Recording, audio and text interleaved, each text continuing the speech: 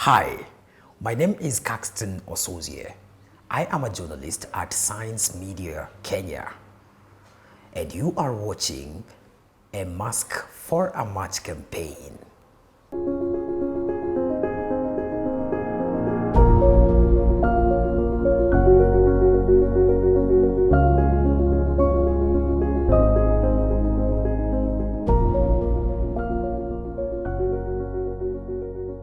Caxton Osozie is a journalist, an MC, an actor, and also a filmmaker. I've been in this field of journalism for the last 5 years, 5 good years. I started with KBC.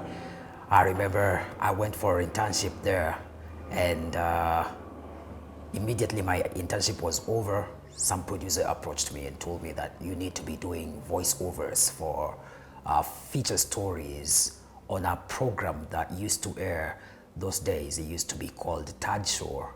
And immediately I started doing voiceovers. Some few people start recognizing my potential, and I started getting opportunities, from not just KBC, but even other media houses. And so from that time, I have been consistent with my desire to be the best journalist ever. As for now, representation of persons with disability, I would say, is very minimal as compared to what I expect, because there's still stigma from producers, and people also think that persons with disability cannot do.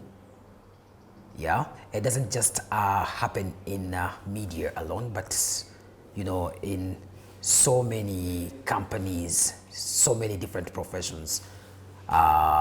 Yes, but I can't say that right now there's at least some change as compared to the past, because right now what we're saying is that once you have a talent, there's at least that person, that one person who can, hold your hand and tell you that, you need to be here, though it's still difficult.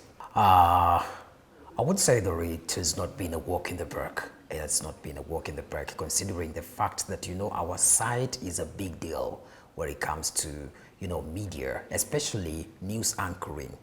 You're expected to, read from the teleprompter, of which this teleprompter has very less fonts. The contrast is very low. That is not favorable to our site. Also, the issue of camera. Some people would say, it's very difficult to light a person with albinism.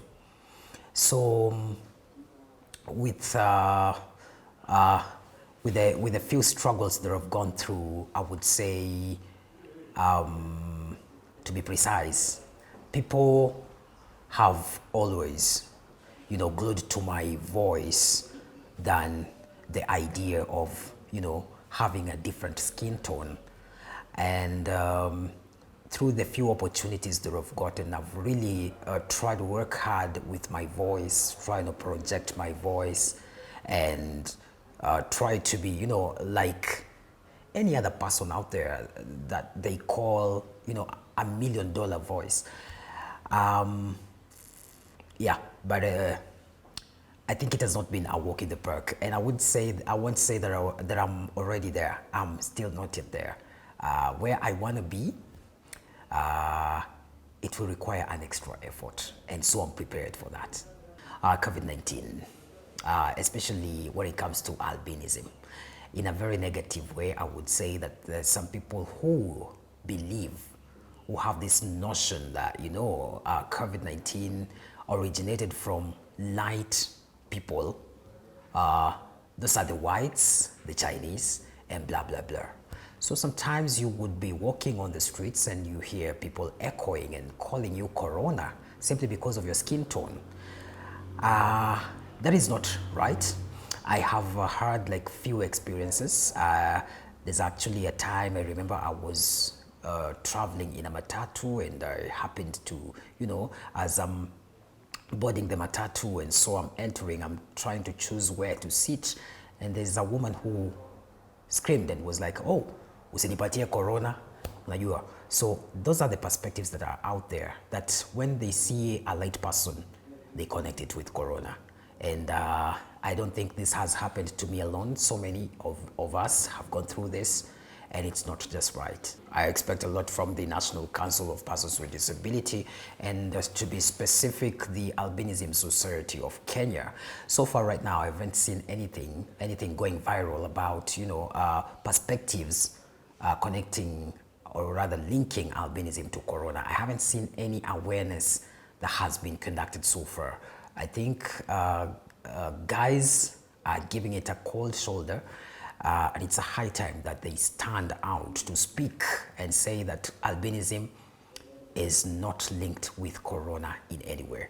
And so for now, with the situation that we are in right now, I would say that the two institutions have failed us, to be precise, because we live in an open society where social media has taken a center stage of information, and perhaps maybe they could maybe work with you and together with this project, to showcase that, albinism is not connected with corona in any way. The use of social media would be okay. The National Council is also being funded by the Ministry of Labor, if I'm not wrong. And I expect them to have a budget, a separate budget, that will cater for awareness, that will, cater for awareness to tell people that albinism is not connected to corona. It's not just albinism alone. We also have, conditions like visual impairment. These people have come out to say, they're being discriminated by members of society simply because you realize that, guarding someone who is visually impaired, and, with that idea of social distance, I mean, it's contradicting. And so I think it's a high time that these two organs, the National Council, Albinism Society of Kenya, come up with a budget that will, equip, or rather facilitate, advertisements that will go through social media, television, radio as well, to just tell people that albinism is not connected to coronavirus. Actually, corona does not choose who to affect. Coronavirus does not choose. For instance, if at all guys out there have not seen any person with albinism contracting this disease, and there's still stigma, or rather, and they're still having that notion that albinism is connected to coronavirus. So what if a person with albinism gets affected, or rather contracts this virus, of which it doesn't choose anyone? So if it happens that someone with albinism contracts this virus and it goes viral that a person with albinism has corona, that will connect all of us. That will affect all of us. So guys out there will have that notion that this thing is real, and these people who have albinism are carriers of the virus. And so that will lead to extreme discrimination. It will affect actually a whole society. So I think it's a high time that people get educated and be told that, persons with albinism are just human like any other person. They can contract this virus, and it's not, it will not be wonders. And so when one person contracts this virus, does not mean that the entire society of persons with albinism will be the carriers of this virus. So I see a danger coming. If at all these guys will give it a cold shoulder, will give awareness, positive awareness, a cold shoulder, then that will be endangering. That will be endangering our, social life as persons with albinism once coronavirus becomes extreme. Kenyans out there should understand that albinism is not linked with coronavirus in all round. Persons with albinism are just human beings like any other human being.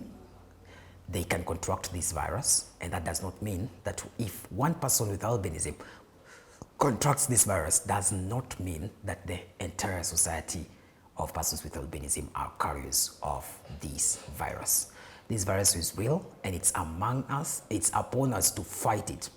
If at all this virus will usher in, say, stigma from a society of people, especially persons with albinism, then it should be understood that this virus does not know a skin color. It does not know a condition. It can affect everyone. And albinism is not linked to coronavirus in any way. Okay, with that in mind, I would like to urge Kenyans out there to follow the government regulations, maintain social distance, wash your hands every time, and make sure you wear your mask and keep safe.